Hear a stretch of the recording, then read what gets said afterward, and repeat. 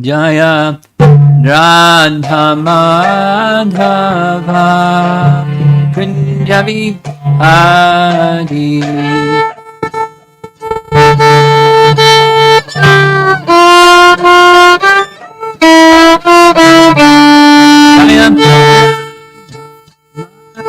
Madhava Kunjavi Adi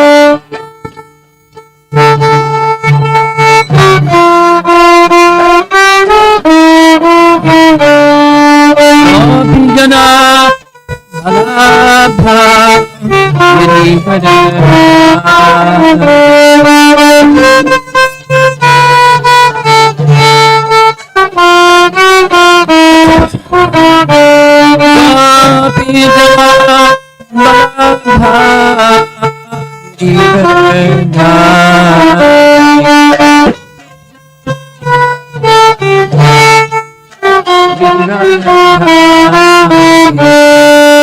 Jasodandana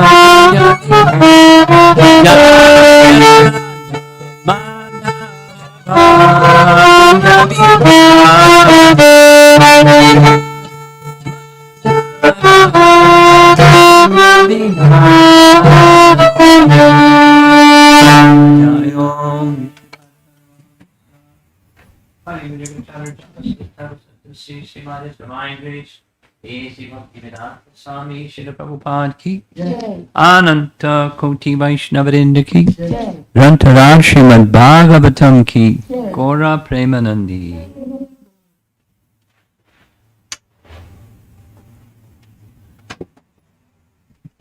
Om Namo Bhagavate Vasudevaya. Om Namo Bhagavate Vasudevaya. Om Namo Bhagavate Vasudevaya.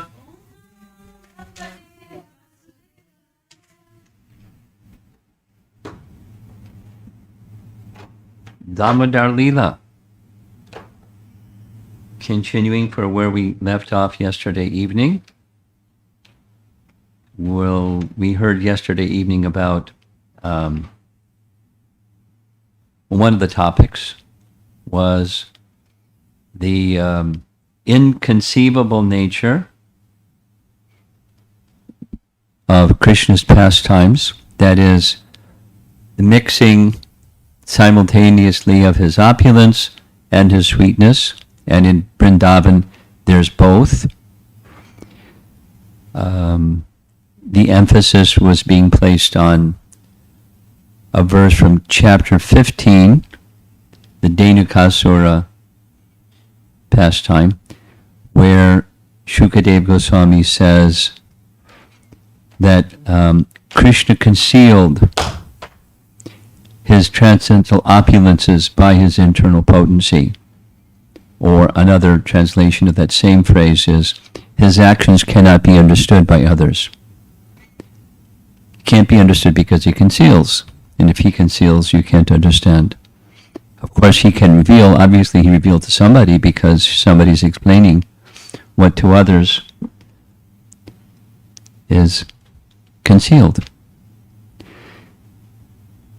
So we're discussing the Canto 10, Chapter 9 verses where Mother Jasoda is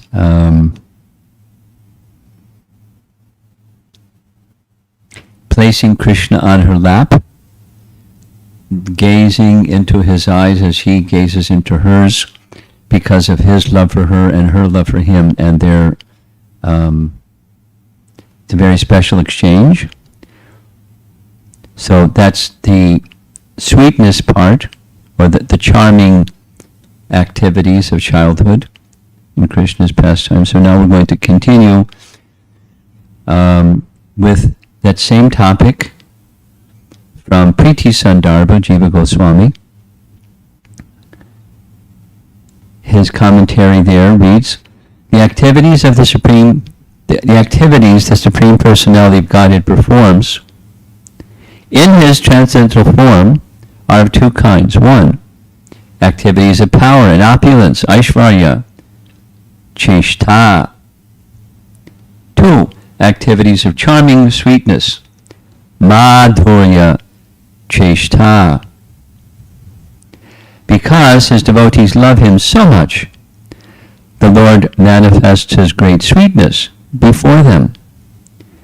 Filled with wonder and bliss, Sukadeva Goswami explains in Srimad Bhagavatam, the same 1:15-90, the Dhenukasura verse, section. In this way, the Supreme Lord, whose soft lotus feet are personally attended by the goddess of fortune, concealed his transcendental opulences by his internal potency and acted like the son of a cowherd. Yet, even while enjoying like a village boy in the company of other village residents, he often exhibited feats only God could perform. This verse means, quote, the Supreme Lord, whose soft feet are personally attended by the goddess of fortune when he manifests his form as Narayan, those same soft lotus feet stayed amongst the people of Vraja. It is said in Srimad Bhagavatam 10:18-27, quote, when Lord Balaram, who carries a plow weapon, saw the gigantic body of the demon, he moved swiftly in the sky with his blazing eyes, fiery hair, not Balaram the demon, terrible teeth, reaching toward his scowling brows, and an amazing effulgence generated by his armlets, crown, and earrings. The Lord seemed to be a little frightened. That's an opulence. or a sweetness, rather. In this pastime, the Lord's sweetness is manifest because he pretends to be an ordinary human being. In Srimad Bhagavatam, that same 10, 15, 19, the word Mayaya means by my mercy. So Krishna's mercy. The Lord acts like an ordinary human being. That's his mercy.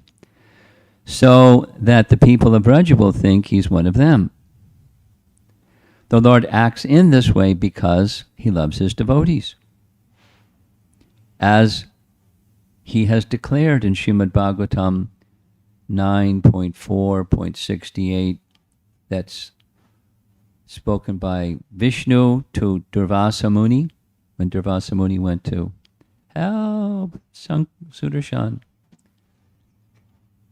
Vishnu says, the pure devotee is always within the core of my heart, and I am always in the core of the pure devotee, always in the heart of the pure devotee. My devotees do not know anything else but me, and I do not know anyone else but them.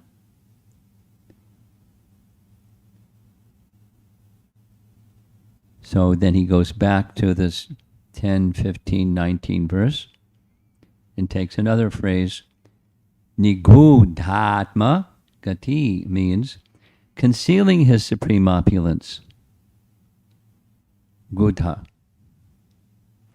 Concealing his supreme opulence and acting like an ordinary human being of this world. In that same verse, Gopatmajatvam means like the son of an ordinary cowherd man. Charitayar Vidambayan Reme means imitating an ordinary gopa's activities. He enjoyed pastimes.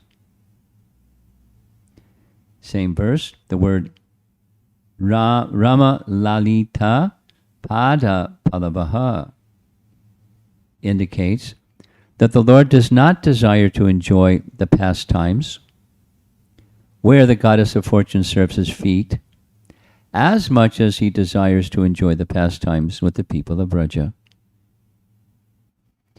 The pastimes with Braja's people are described here in the words Gramyai Samaha, which means pastimes with village boys.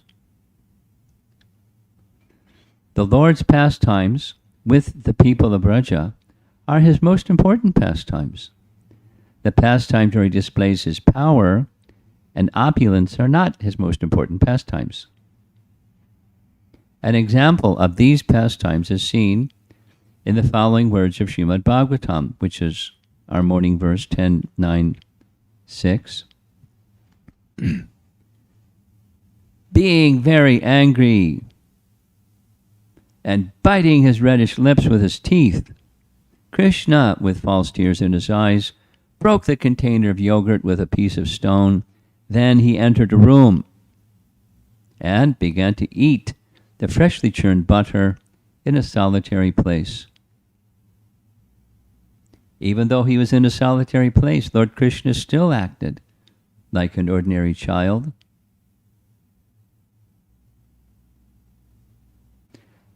Another example of Lord Krishna acting as if he were an ordinary human being is seen in these words of Srimad Bhagavatam 10:12-27.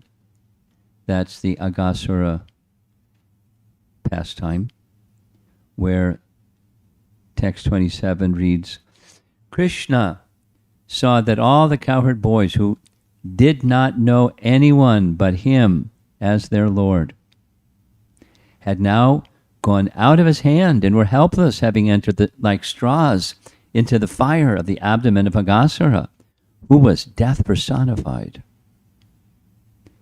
It was intolerable for Krishna to be separated from his friends, the cowherd boys. Therefore, as if seeing that that this had been arranged by his internal potency, Krishna was momentarily struck with wonder and unsure what to do. So he's not performing this pastime, let's say, to crying, so Mother Jasoda will see him cry, or these are pastimes where he's acting like, and he enjoys acting like. That's the sweetness part. He's enjoying the sweetness part of his pastimes. In this pastime, Lord Krishna became distressed, thinking that the cowherd boys were now under the control of fate. In this pastime, the Lord thought and acted as if he were an ordinary human being. When they describe these activities of the Lord, the great sages become filled with wonder. Next example. In describing the battle with Jarasandha, Shukadeva Goswami says, chapter 50 of Canto 10, for him, that's Krishna, who orchestrates the creation, maintenance, and destruction of the three worlds, and who possesses unlimited spiritual qualities, it is hardly amazing that he subdues an opposing party. Still, when the Lord does so, imitating human behavior, sages glorify his acts. Now he's circling back to this Dhenukasura verse 10, 15, 19, quoted above. The word Isha means the Lord's pastime potency, which with its own perfect power establishes the extraordinary transcendental pastimes of the Lord, who yearns to taste the nectar of pastimes, unquote. Oh, that's the meaning of the word Isha. And the word Cheshtatam means the Lord's pastimes, which sometimes seem to be ordinary activities and sometimes are wonderful activities impossible for others to perform. So he's weaving and expanding this initial point, Priti Sandarbha point. There are these two features to Krishna's pastimes, amazing pastimes, and both opulence is amazing and sweetness is amazing.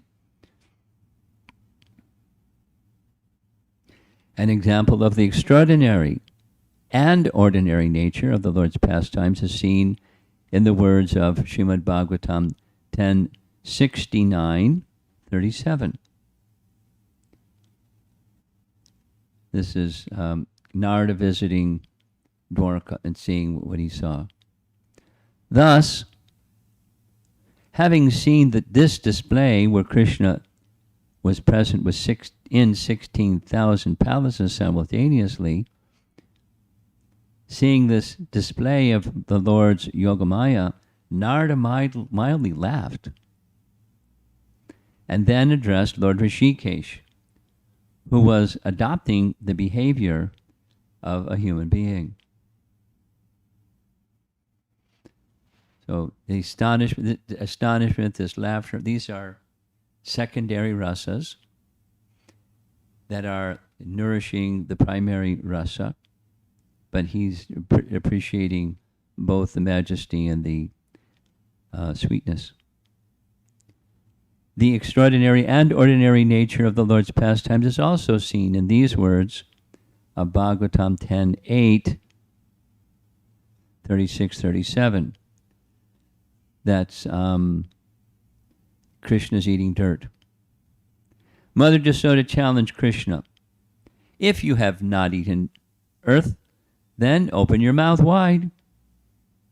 When challenged by his mother in this way, Krishna, the son of Nanda Maharaj and Yashoda, to exhibit pastimes like a human child, opened his mouth.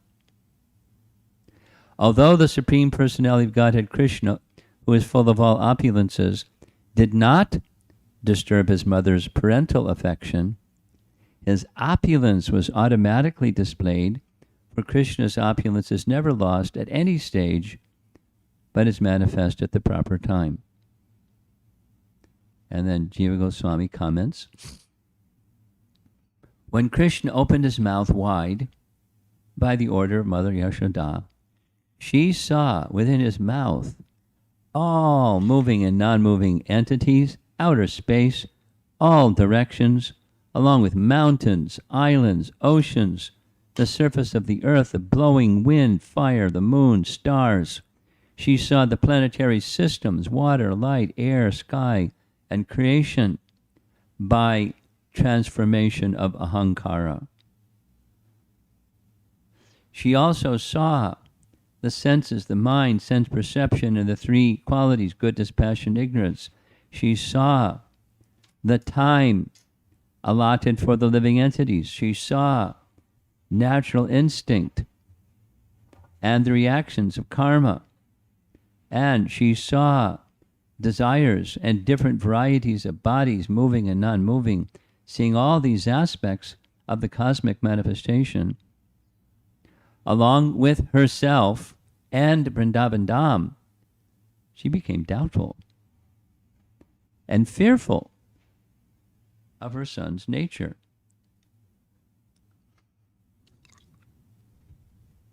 The Supreme Commentary, the Supreme Lord's sweetness was also perceived,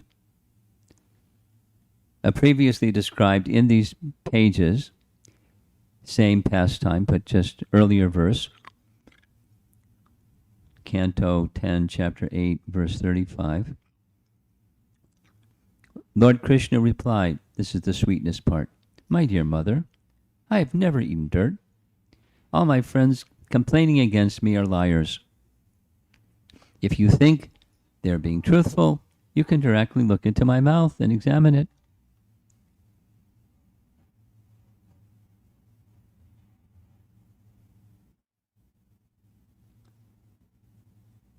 So back to this same verse, what Mother Jasoda saw within Krishna's mouth.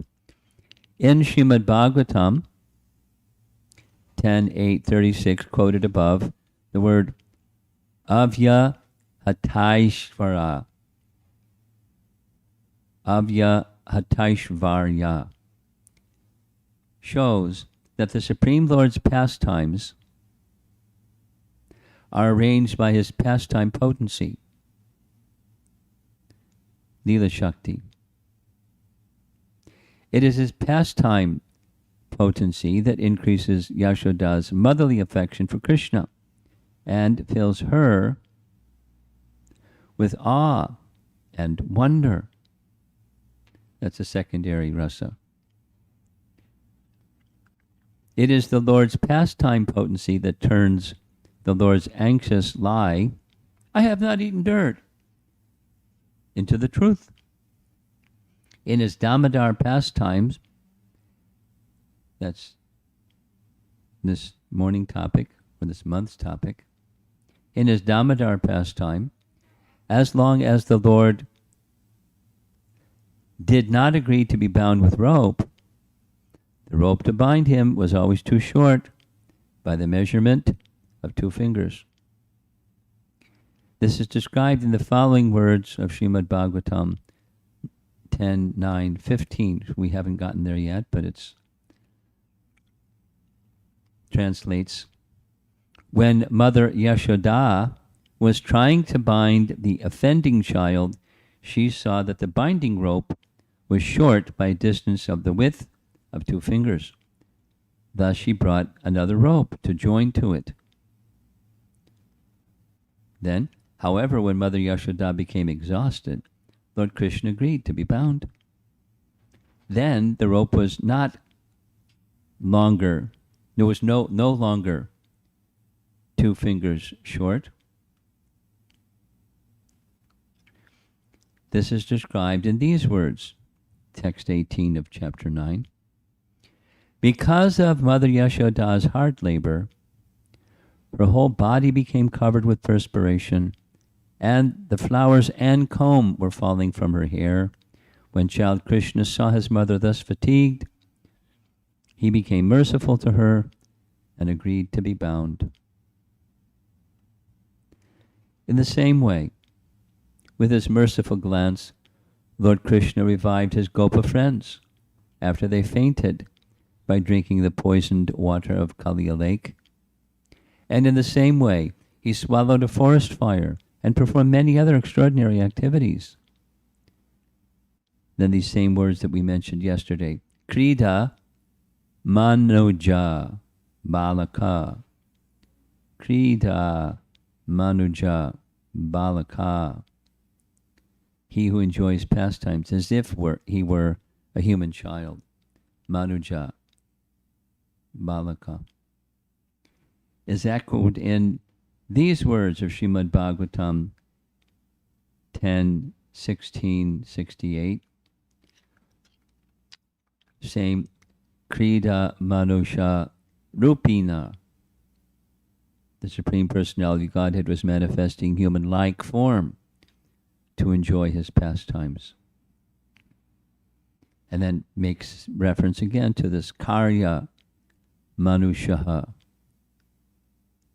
Chapter 16, the Supreme Personality of Godhead was acting the role of a human being. In this way, Srimad Bhagavatam 10:15-19 is explained. That verse was spoken by Srila Shukadeva Goswami. So that was like a pretty thorough exposition on the nature of Krishna's ordinary and not ordinary pastimes, and how fluidly he moves back and forth between the two, and how that touches the heart of the devotees who see both, how Krishna is enjoying happiness through both.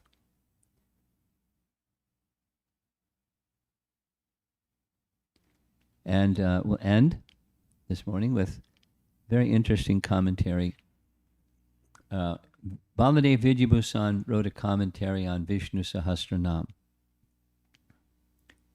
You probably all know what Vishnu Sahasranam is. It's a section of Mahabharata where 1,000 names of Vishnu are presented. Just name and name and name and name, 1,000 names. There are Vaishnavas that's their sadhana daily. They recite Vishnu Sahasranam. So he's written a commentary on each one of those names, 1,000 names. Pretty nice undertaking. In the system that he has taken, he gives simply a definition for each verse, because like each verse there's 12, 3 plus 3 plus 3 plus 3, 12 in its one sloka. Then he gives the meaning of each of the names. Then he gives some further explanation about some of those names. And one of those names we'll hear shortly is Krodha Krit. Krodha Krit. And like Krishna became angry when Mother Jasoda went to take care of the milk that's on the stove. Krodha means anger. So it's a name to glorify Krishna, Krodakrit. So here's, the first name is Ishta. Ishta. Lord Krishna is worshipped and glorified by Brahma, Shiva, and all demigods and saintly persons, Ishta. The next is Vishishta. Holding the Sudarshan Chakra, club, lotus, and conch, and decorated with this Ksuba jewel and other ornaments, he is splendidly manifest in the city of Mathura, Vishishta. Then next is Shishtesha. He is worshipped by those who know the purpose of the Vedas, Shishtesha. And then another name, number 4, Shikandi. Shikandi.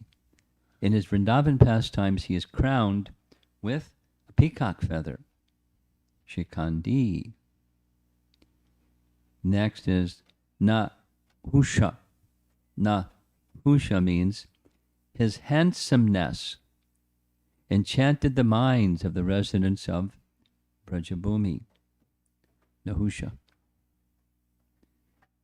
Next is Vrisha.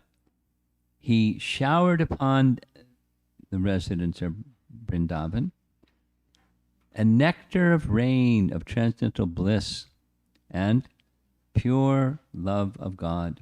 Vrisha. Next is Krodha. When, hearing the description of his naughty childhood pranks, Mother Jasoda became angry. He pacified her with sweet words. Krodha, when it takes away anger. But when she interrupted feeding him, this is the Krodha Krit, to tend to the overflowing pot of boiling milk, he became angry and broke the butter pot. Krodha Krit. Next, Karta. Karta. He killed the host of demons sent to Vrindavan by Kamsa. And he protects the entire universe with his powerful arms. Vishva Bahu. He lifted Govardhan Hill to protect the residents of Brajabhumi. Mahi Dhara. Now, Baladev is going to give some details about these terms, and he starts with Vishishta. Vishishta, where he refers to verse 9 of chapter 3. Lord Krishna then appeared in Mathura as the newborn child of Vasudeva and Devaki. Lord Krishna had wonderful lotus-like eyes, and he bore in his hands the 4 weapons, Shankha, Chakra, Gada, and Padma. On his chest was the mark of Srivatsa, and on his neck the brilliant Kaustubha gem. He was dressed in yellow, and his body was blackish, like a dense cloud. That was Vishishta. Then comes Krodha Dha. He takes away anger. Here's the verse from Canto 10, Chapter 8. This is the childhood pastime interacting with the elder gopis. Sometimes all the gopis would look at Krishna sitting there, his eyes fearful, so that his mother would not chastise him. And when they saw Krishna's beautiful face, instead of chastising him, they would simply look upon his face and enjoy transcendental bliss. Mother Yashoda would mildly smile at all his fun, and she would not want to chastise her blessed transcendental son. So he took away their krodha, their anger. The following description of the name Krodha Krit is found in this morning's verse, 10.9.6, and this is it for the morning. Being very angry and biting his reddish lips with his teeth, Krishna, with false tears in his eyes, broke the container of yogurt with a piece of stone. Then he entered a room and began to eat the freshly churned butter in a solitary place.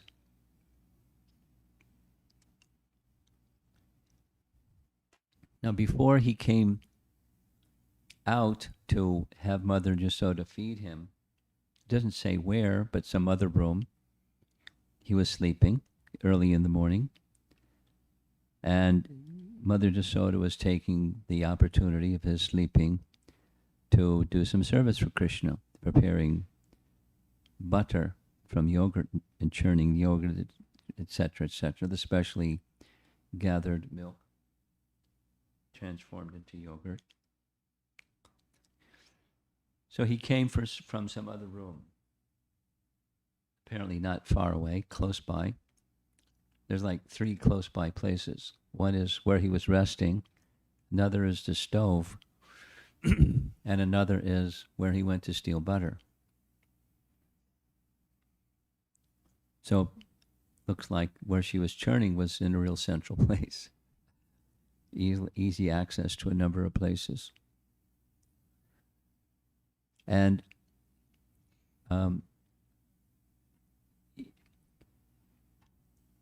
the emphasis in the section we just read is that seeming ordinary, like a human child behavior, and it's not Naham Prakasha Sarvasya Yogamaya Samavrata.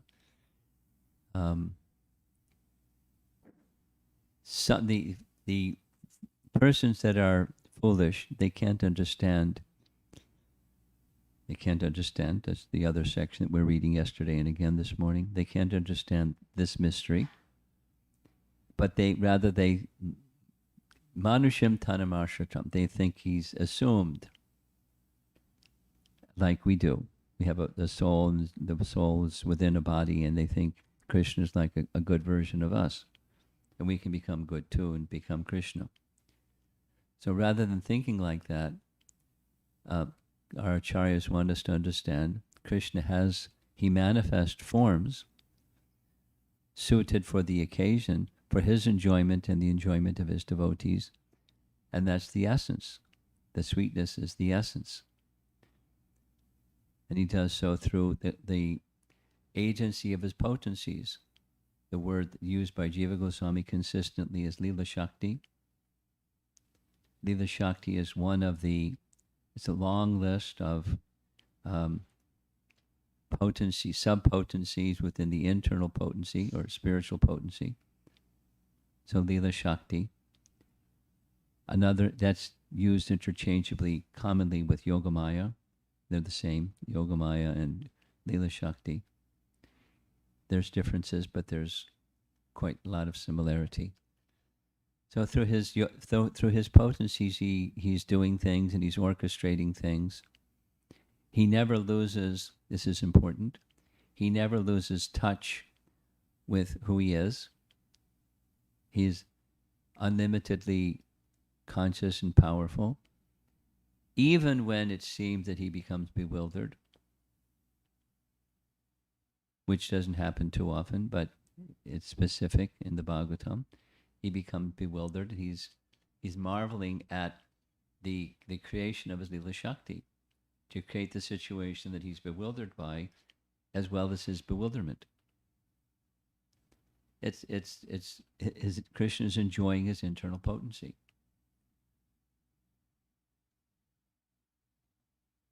That's how to understand that which is not easy to understand.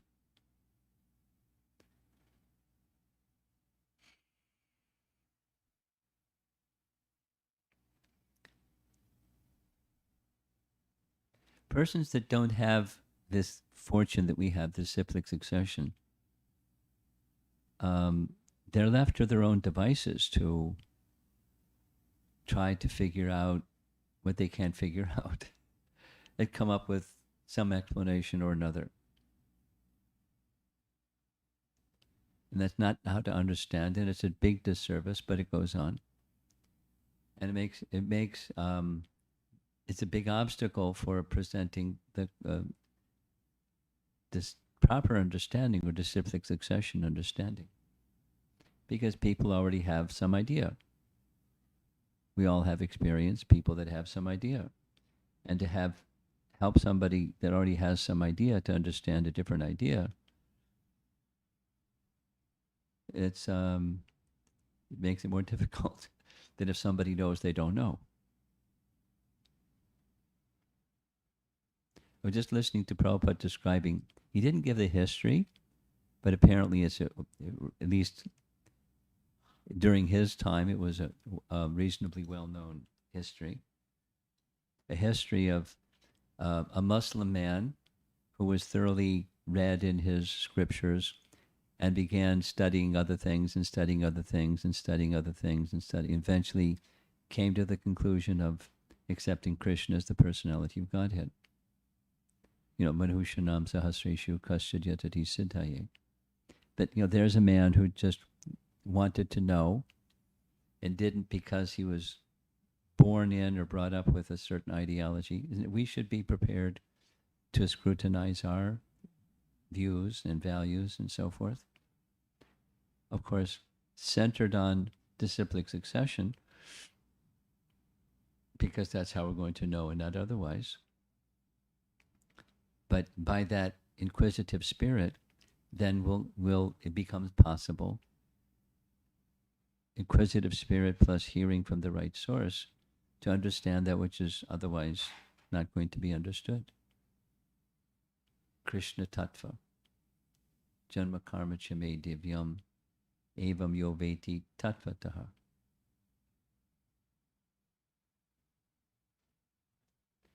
Okay, so Damodara Lila. Any discussion?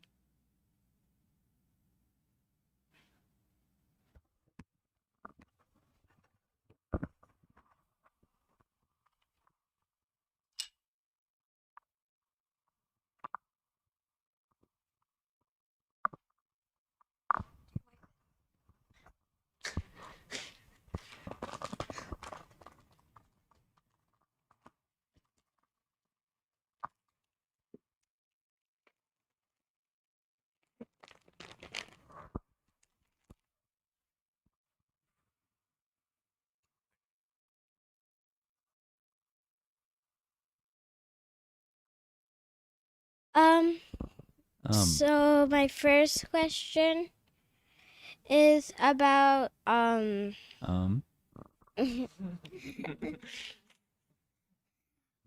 it's a bit unrelated, but I have two questions.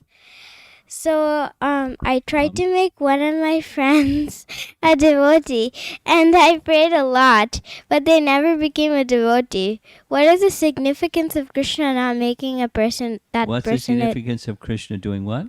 Not making that person a devotee. Not doing what? Not making that person a devotee. What's the reason? Yeah, because what's the reason? Yes, because she was praying very hard so that the person can.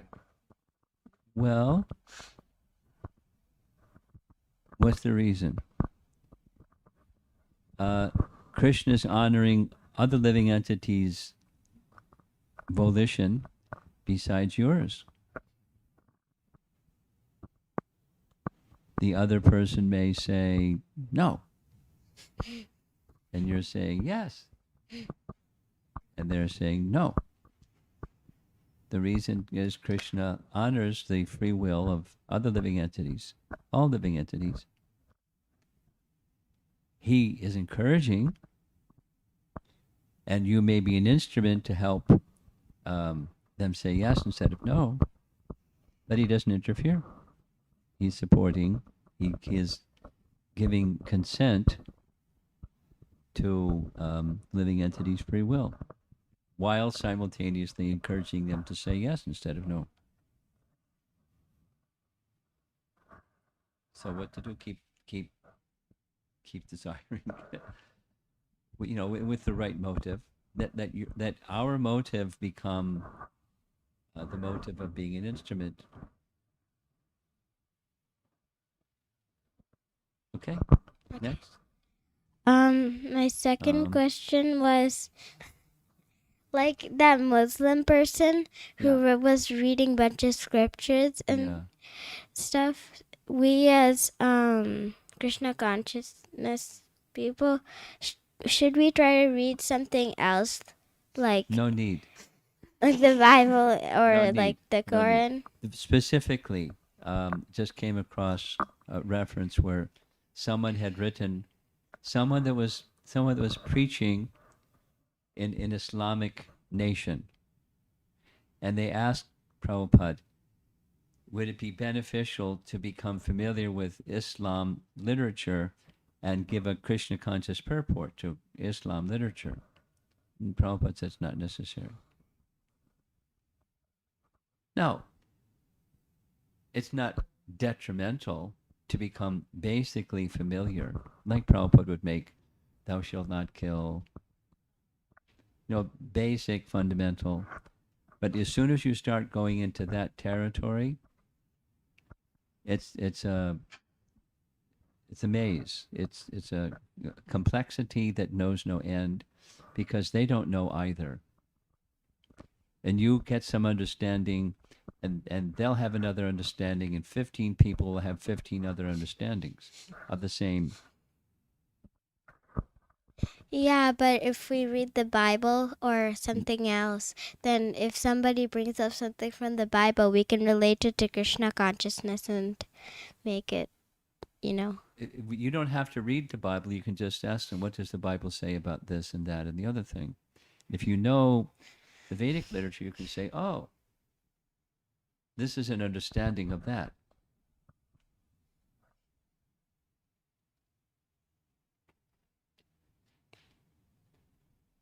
Now, some of our acharyas, Bhaktivinoda Thakur is one, because of his circumstance and time in which he grew up, before he even came in contact with Vaishnavism.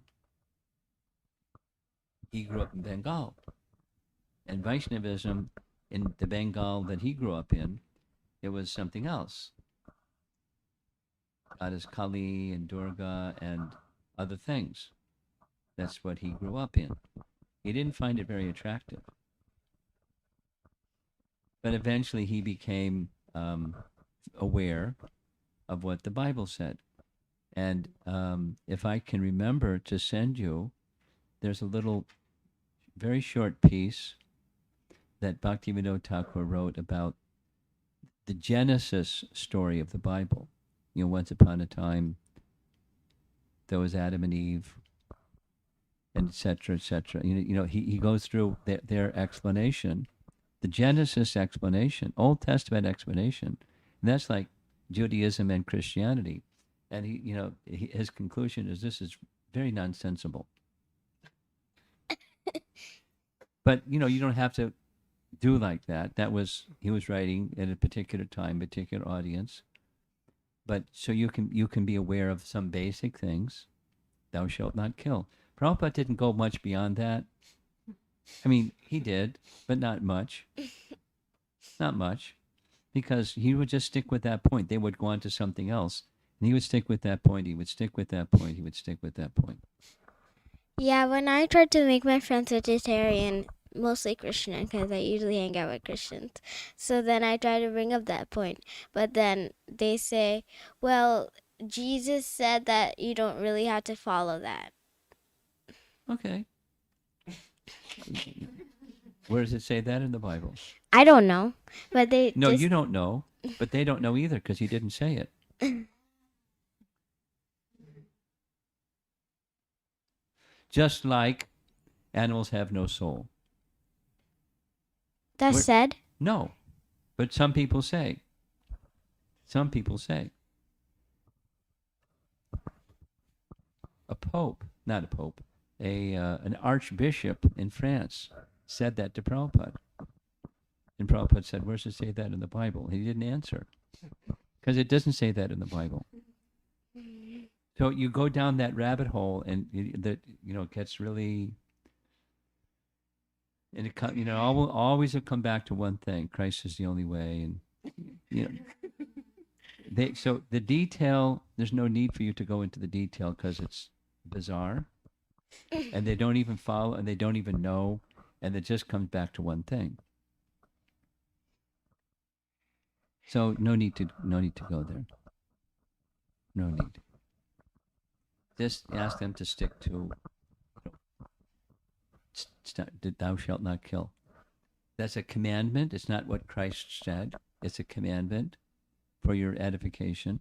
There's the Old Testament, and then the New Testament is what Christ said, and the Old Testament is what Judaism and Christianity say. And it's the very, very beginning, the Old Testament, written in stone. He came back. He came down from a mountain with things written in stone, like it can't be changed, right? And then it changes. What happened to the stone? And Christ isn't going to say something. He didn't, and he wouldn't say something different than what God said. Anyway, so no need. Something Thank else? you. Okay. Well, I have way more questions, but I don't want to ask Okay. them. Something?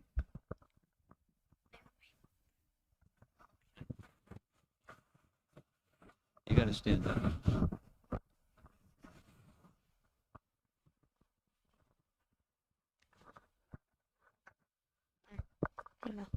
Hare Krishna, Guru Maharaj. This question is about last morning's class.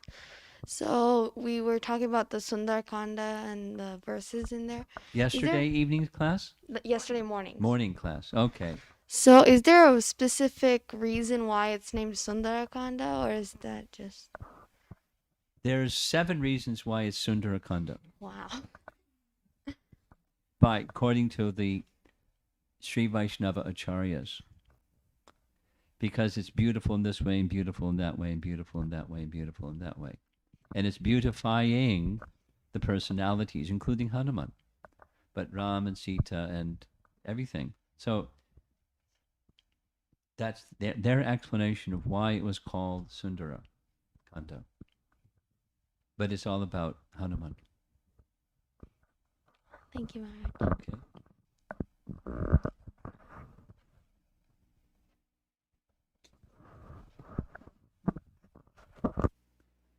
All right. We're getting trained up here.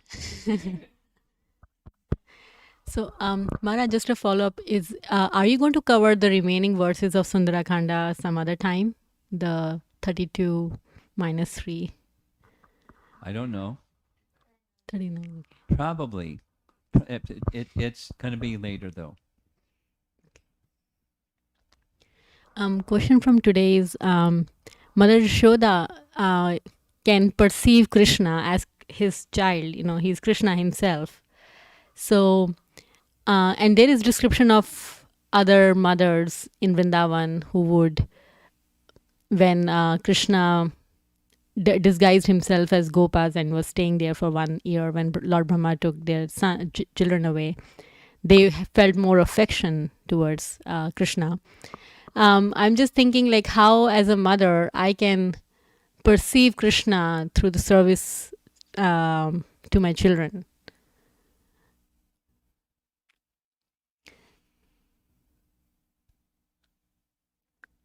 Well, just go back to the principle that whatever you do, including being a mother, but whatever you do, the object of affection, asakti, is Krishna.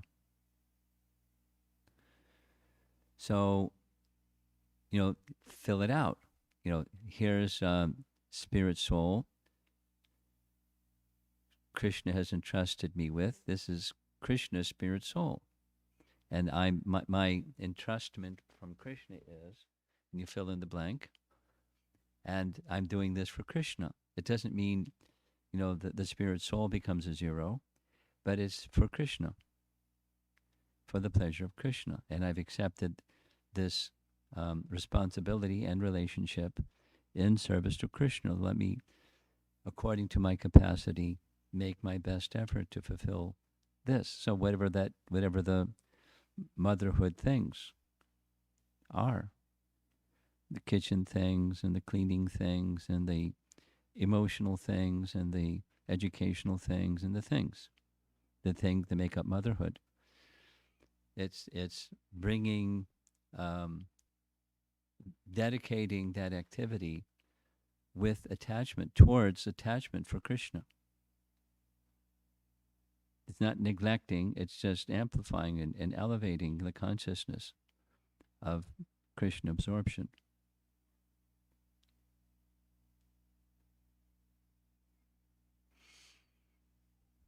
That's how. Nice sadhana too, it helps. You have something? Online.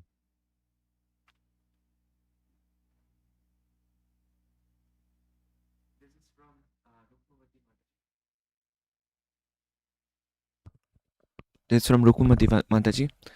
Guru Maharaj, could you explain effort and mercy?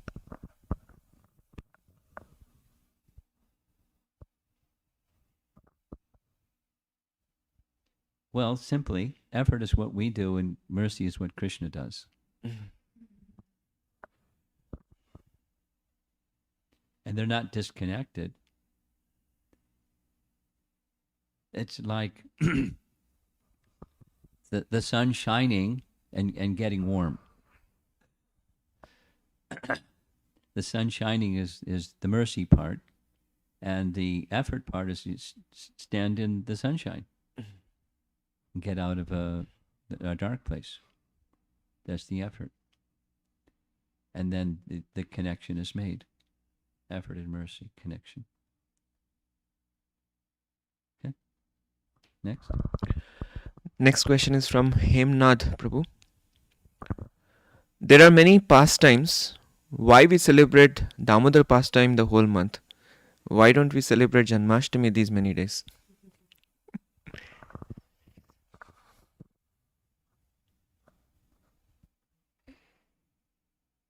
Well, the tradition has its roots, and exactly how it came to be that this tradition became a tradition, I can't say.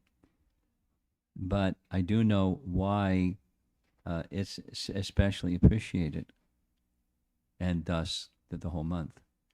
And the specially appreciated is two main things: Krishna's sweetness and the quality of Mother Jasoda's love to control he who is the controller of everyone. The intensity and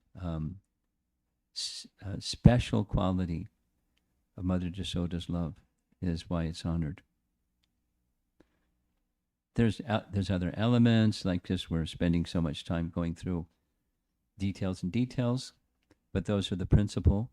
Now, it doesn't mean that it couldn't become tradition that Krishna Janmashtami is celebrated more, or even for a whole month.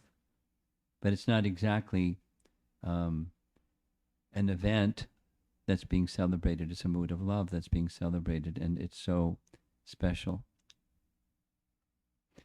But how the tradition became a tradition, I don't know. A lot of questions. Next question is from Dhanunjayalu Prabhu. Nal Kuvera and Manigriva were delivered by getting darshan of Lord Krishna through Narad Muni's curse. What about the ladies who were engaged with the sons of the Kuvera? We don't know anything about them.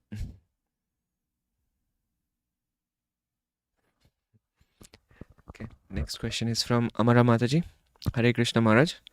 Krishna is enjoying all these pastimes and all other beings are feeling the bliss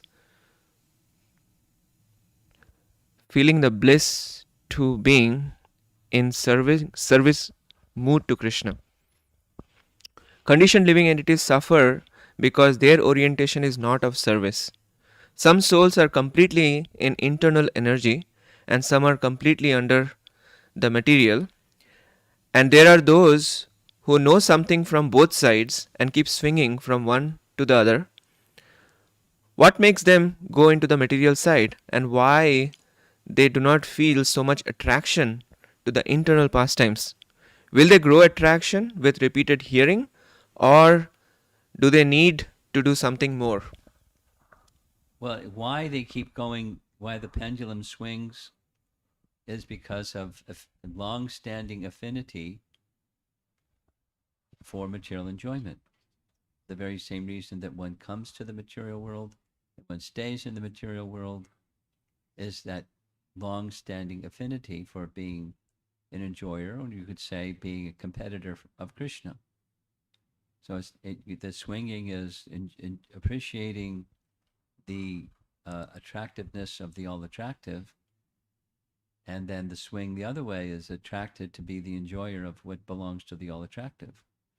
So it's our material conditioning that's very strong and keeps us bound. We're holding on tightly to Maya, and we don't want to let go, and then sometimes we let go, and then sometimes we don't want to let go.